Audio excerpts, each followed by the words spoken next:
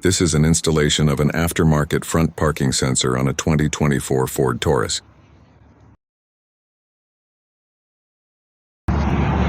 Measuring the distance and height.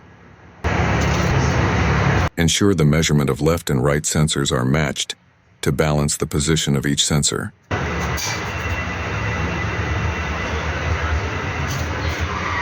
Drilling a hole.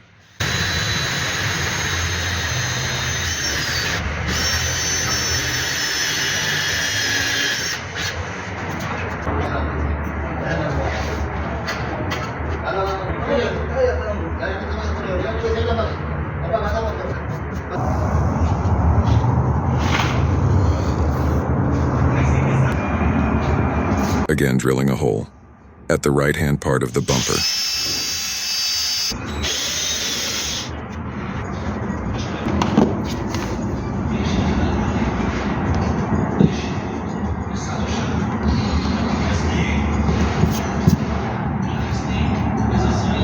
Installation completed, and this how it looks like.